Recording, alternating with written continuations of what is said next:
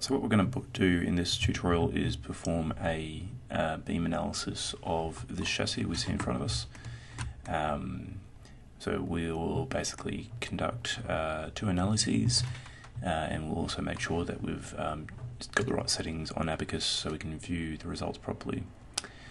So we have our space frame, we've imported it. We don't really know what unit system was used in developing the model. Yeah, so the first thing we'll do is we need to figure out what sort of units they're using. So we'll go Tools, Query, and just use the Distance tool. And we'll measure, say, from here, from one of these nodes to maybe this node here, doesn't really matter. We can see that the distance between those 2 points is 741 units of distance, rather. And I imagine that it's not 741 meters or 741 inches, but 741 millimeters seems reasonable. So I imagine that the distance units are in millimeters, which first suggests to me that it'd be using the SI units, SI millimeters unit system. So that's probably tons, millimeters, and seconds, giving us units of pressure of megapascals. So as we look down, we see we have a steel material model, so let's just have a look at that. The density there also suggests we're in tons, millimeters, and seconds, and then our elastic properties are Young's modulus of 200,000, so if that's the millimeters, that's 200,000 megapascals, which again is obviously going to be 200 gigapascals, so that looks correct to me. So with our model, we also have, if we open up the features, we can see we have a bunch of different features. We have the base frame, which is all these members in red here. So that's excluding this member at the front, these members in the middle, and these members towards the rear end. We have a front bulkhead, which is obviously just those four members. We have all these MRH parts, which are the main roll hoop sections. And then I have the FRH, which are the front roll hoop sections. So we have a bulkhead, front roll hoop, and main roll hoop sections, as well as the base frame. So all of this base frame members, they'll have a, they'll all be pipe section, so it'll be 1 inch outer diameter with a 1.2 millimeter wall thickness, and the other members, the front bulkhead, rear front roll hoop, and the main roll hoop, will have inch outer diameters with 2.4 millimeter wall section. So the first thing we do is create a section. So the first section we're going to create is going to have an outer diameter of 25.4 and a thickness of 2.4 millimeters. I'm going to choose a beam element type. Now when I do this, it will tell me that the name I've chosen is invalid. So names of things in Abacus can't start with a number, and they can't contain the following things. They can't contain double quotes, periods, backslashes, or of these periods here, dot points. And if I save that, then that's fine. So the first thing is we have to create our profile. As you said, it's going to be a pipe section. That's going to be an OD254 with a thickness of 2.4 millimeters. So that is a radius of 12.7 and a thickness of 2.4 millimeters. And it's made out of steel. Alright, so that's fine. And then also create another section which has an outer diameter of 25.4 and a thickness of 1.2 millimeters. That's my naming scheme. And I obviously need to create a new profile for that as well. So it's going to be OD 25.4 and a thickness of 1.2. So that's 12.7 radius and 1.2 thickness, wall thickness. So then we can apply those sections. So I'm just going to go to the side view, which is in the YZ plane. You can see everything with perspective. It's a bit tricky to select the parts. I'm just going to go and turn off perspective view so I have it nice and orthogonal. Now I just want to apply that 2.4 millimeter wall thickness firstly, so I'm just going to select every part of my system, and then to deselect the systems where I don't want a 2.4 wall thickness, I can just press Control and select the areas I don't want to have that wall thickness, so I don't want to assign that section to.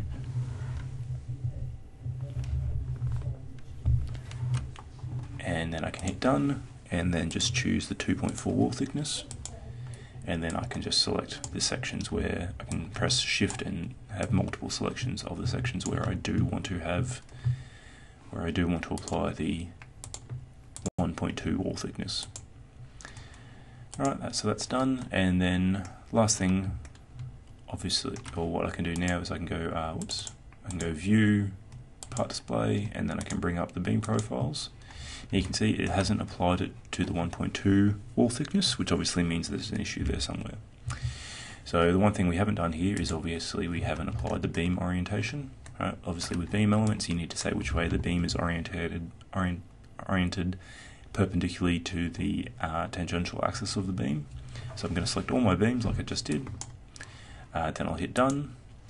Now what we're choosing here is a direction which gives us the nominal one direction of the beam.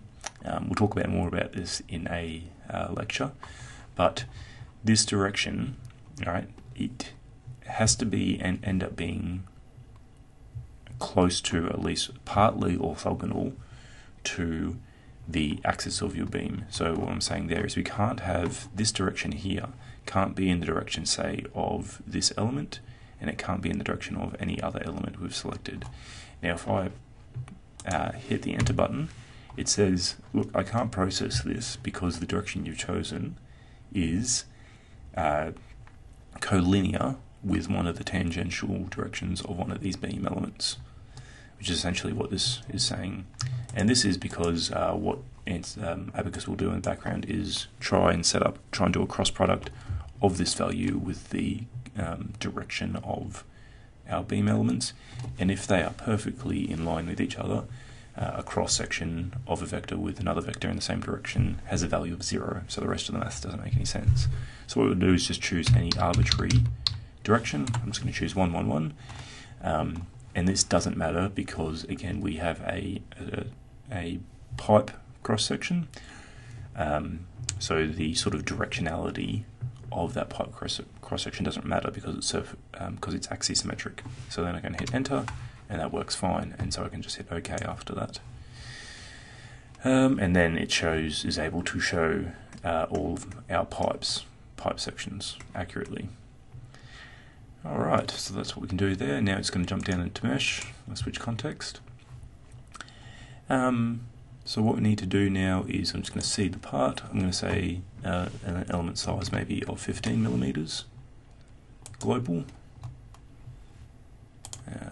Yep, just set that up. Then I'm going to set the mesh type, so I'm going to select all parts there. I'm going to use a quadratic beam element, and then we're going to just mesh the part. Right, and we have around 2,000 elements. Now, later on, what you might do after we finish here is you might want to just have a play around with the element size and just see how that affects your end results that we're looking at, just by changing the global setting. Okay, so that's all set up. What we're going to do now is jump down the assembly. We're just going to chuck that chassis into an instance of the assembly, and we're going to add one load step, and we're going to call this, well, I'm going to call it anyway, frontal impact. Yep. So what we're going to do is basically we're going to hold it at the main roll hoop, we're going to hold it fixed at the main roll hoop, and we're going to apply a specific impact load at the front bulkhead. So I'm going to go to my boundary conditions and create a displacement boundary condition, and so I'm going to fix, well actually what I can do is I can go on the YZ plane rather than having to go in and try and find each element and do what I did before. So I'm going to turn perspective off. I'm just going to select this area here, and then I can just hold Control and unselect all elements I don't want to select, and that will be my boundary condition.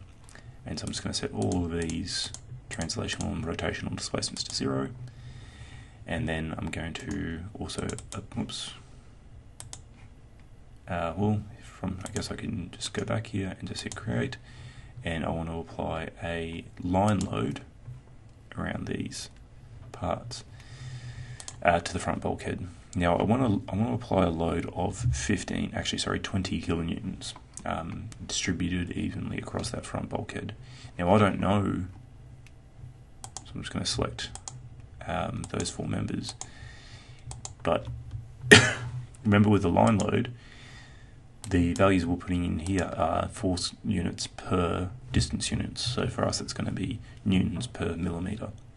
Now, I don't know the full length of this, so what I can do, if I go into query, I'm just going to take in, actually I have to, in order to do that, I have to get out of that and just go query the distance, and I'm going to have to go from here to here. I'm just going to measure what these distances are. So that's 340, and then this distance from here, from here to here is 304, and then this top distance is 284. So the total distance will be 340 plus 340, because obviously you have a left hand side and a right hand side, plus 304 plus 284. So the total distance there is 1,268 millimeters. So that's when we go back into our line load and we apply that to this member, this member, this member, and this member. I want to apply, so we're going to apply a compressive impact load, so that's obviously going to be in the Z direction, but in the negative Z direction, so it's negative 20,000 kilonewtons divided by 1,268 millimeters. Compressively that way. And then I think we're good to go ahead and create this job, and then we can go and submit it.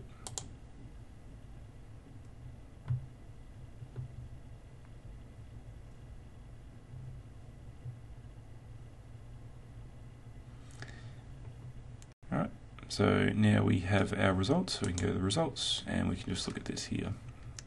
So if we go to the deformed shape, alright, so I just need to again change my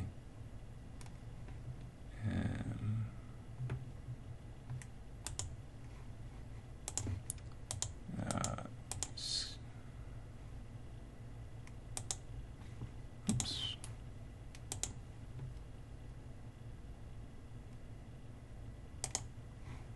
Just need to go change my font here so it's legible. Just going to change that to 14. Okay, so we can see, remember here our units are going to be in megapascals, so I can see here I've got a maximum stress of 127 megapascals, which is maximum over this side down here. And we have a deformation. If I go to the deformation, we're looking at magnitudes of 0.6 millimeters, so not a lot of deformation going on that system for that sort of impact load. But one thing we can note, if we go back to stress, and it might be a bit more useful if I just turn off the scaling, right, the exaggerated scaling. Let's go look at this stress result. So if I go look at the stress result, remember that this is a sort of basically a symmetrical structure, and I've applied the load evenly. Now what I can see is I have a very high stress over there on this, on the positive X side, and then on the negative X side, I barely have any stress whatsoever. So if I bring out my stress tool, you can see here, on this member here, I have a maximum stress of 129 roughly megapascals, and on this side I have a maximum stress of 25.4. That doesn't make any sense to me, and in fact is a misrepresentation of what the stress is. Now, one thing to note is that up here we have this angle equals negative 90. Now, what that is saying is it is showing us the stress at negative 90 degrees from the one direction, as it were, of our beam element. So remember that when we went into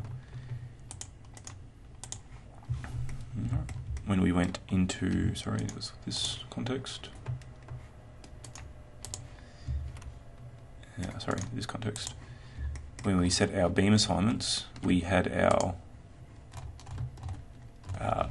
our directions. I set it to 1, 1, 1. So that one what it's showing us, so for this element, you can see our one direction is sort of coming off this way here, and the one direction of this element is going off in a somewhat of a similar direction. But you can see in this case, positive angles go from 1 to 2, so it'd be measuring sort of as we look at it to the right, and then as we look at this one, it'll be going from 1 to 2, which will be off to the left. So you can see that it's only giving, when it says angle is -90, it's only giving the stress in one particular direction, but what we really want to know is the overall maximum stress. Alright, we should be expecting the stress on this side to be the exact same as the stress on this side, and we want to know not just the stress in one particular direction, but the overall stress as we sort of rotate around our element. So the way we can bring that up is if we go to result, and if we go to section points.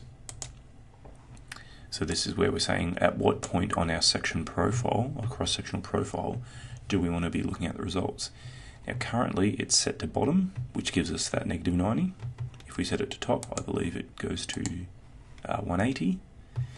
But if we set it to envelope, and you can see how that sort of changed the sort of visible stress field, going from top to bottom, just completely changes the stress field. But if I go to envelope, what it does here is we want to look at all angles along that cross-sectional profile, tell us what the maximum absolute stress is. Alright, so that here shows that the maximum absolute stress is 130 megapascals. Right, and we can see now we have an even stress on the left and right hand sides of our structure, and the rest of the stress actually looks much more sensible compared to what we have before. So that's one tool that we need to be aware of. So we're actually looking at the actual maximum stress, not the stress in one particular direction of our beam elements. Alright, so that's our first analysis we're going to do. The second analysis we're going to do is going to be, if I switch context again, is going to be a side impact. So this is, we're going to look at the middle 50 millimeters, middle 20 millimeters of our side impact structure. So our driver sits with his head up here and legs down this end. So if we have an impact into this side section, and we're going to be distributing a load again of 20 kilonewtons into that side impact zone and looking at the stress behaviours only on one side. So what we're going to do firstly, if I go back to this context here, I'm just actually going to also go to part display options and turn off the beam profiles. If I want to apply the load, I'm going to only apply a load. I don't want to apply a load over the entirety of that beam element. I only want to apply a load to the middle 20 millimeters. So what I need to do is break up or partition that beam element so I can select that middle 20 millimeters to apply the load across. So what we can do is we can use a bunch of different tools. So this is where we're going to use this partition edge tool. Now anytime you have these little black dots corners on the tools, if you press and hold, it comes up with a bunch of different options. So we have a number of different ways of partitioning or slicing these beam elements in order to be able to apply the load. And the method we're going to use today is using datum planes. So we're going to set up some planes and then use them to slice our beams into a 20 millimeter central section. So the first thing we need to do is to create a datum plane. And again, I'm going to press and hold here, and I want to create a datum plane firstly, which is going to be sort of on the plane of this front roll hoop. So I want to do that by line and point. So I'm going to select this bottom line here of my front roll hoop. Oops. Select a point not lying on the selected line. Oops. Sorry, that just jumped off because I already had that line selected. So I'm going to click that button again. I'm going to select that line, and then I can select any point on the front roll hoop, and that gives me a plane which is coincident and parallel with that front roll hoop. And then I also want to make now two planes which are going to be the start and end of my partition section. So first thing I need to know actually is how long, how wide this central impact section is, side impact section. So that says in the X direction, sorry, in the Z direction, it's 820 millimeters. So that means I need to come 400 millimeters from one end, and then is going to be the start of my cut, and then after another 20 millimeters I'm going to have another cut. So I'm going to create another plane, but this plane is going to be offset from an existing plane. So I'm going to select that. It's going to tell me, select a plane from which to offset, so I'm going to select the plane we just created. We want to enter a value. It asks us, okay, do we want to go positively this way? No, we want to go in the other direction, so I'm going to flip it. And we want to go 400 millimeters, right to there. And then I also want to create another plane, which is going to be a further 20 millimeters in this direction. So another 20 millimeters. So, and that's where we're going to apply our, to these three members, we're going to apply our 20 kilonewton load. So what we can do is if I go to, now we can go here and we want to partition the S edges, and we want to partition them by datum planes. So it asks us the edges to partition. So I want this member, and this member. So that's the three outermost members. Lowermost members. It says, okay, if you do this, you're going to have to delete the mesh. Yes, that's fine. And then I want to select the datum plane, so I want to partition them by that plane. And then I'm going to have to do the same thing, but this time we are going to partition using that second plane we created.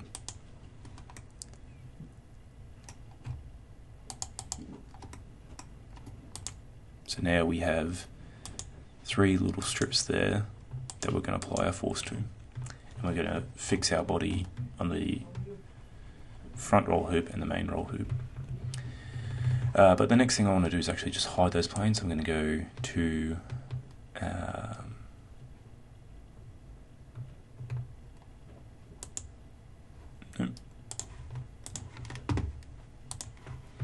I'm going to go to View, Part Display Options, and go to Datum, and I'm just going to tick off datum planes, and so that just hides those planes so they're not getting in the road.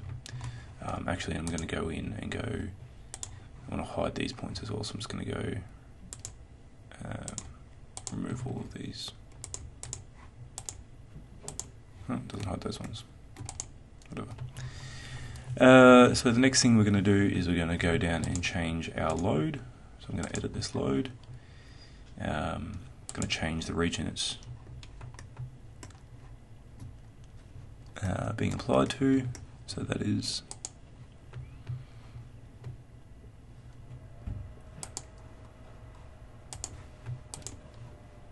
if I hit dismiss, then I can select. Oh, right. So select that one,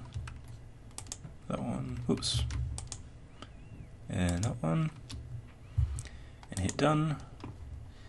And remember we said we have 20,000 kilonewtons now, and I'm going to divide by, we know each of those sections is just about, 20,000 kilonewtons. Each of those sections is roughly 20 millimeters long, and we have three of them. Now obviously one of them is going to be slightly not 20 millimeters, but that approximation is fine for the moment.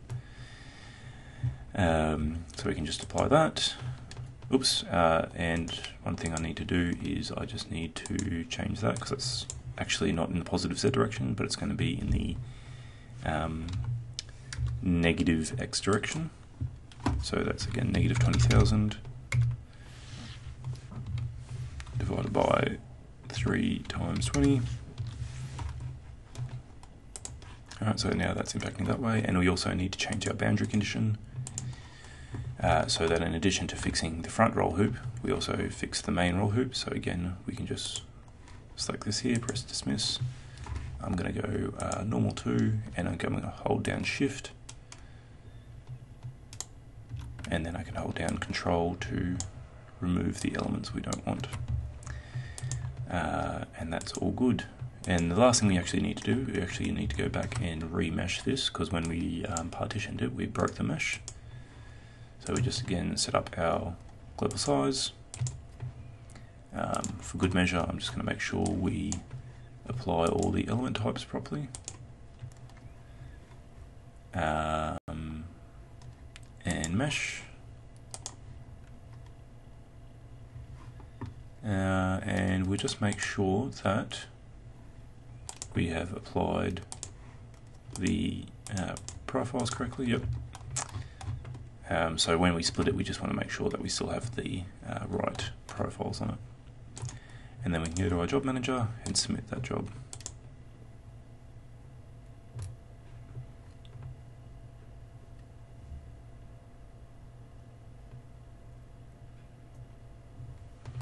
Alright, so we can look at those results. Alright, and we can see now that we have stresses far exceeding what's acceptable. So we have stresses of 630 megapascals in that central zone. So there's a couple of things that we could do. We could beef up this section so we can increase the thickness. So rather than it being a 1.2 millimeter thick pipe, we could change it to a 2.4. Or alternatively, what we could do is, if I went back to my model, I could actually go in and add other elements in. So if we can create a wire by point to point, so maybe I think it would be a good idea to go join and put another element from here to here, from those 2 points that we cut in the partition, and add it in there. And then obviously I would have to go and apply a section property to that, as well as remeshing my structure. So I'll leave that up to you guys to have a look at. You can have a look at it and see how that changes your system, and we can go from there.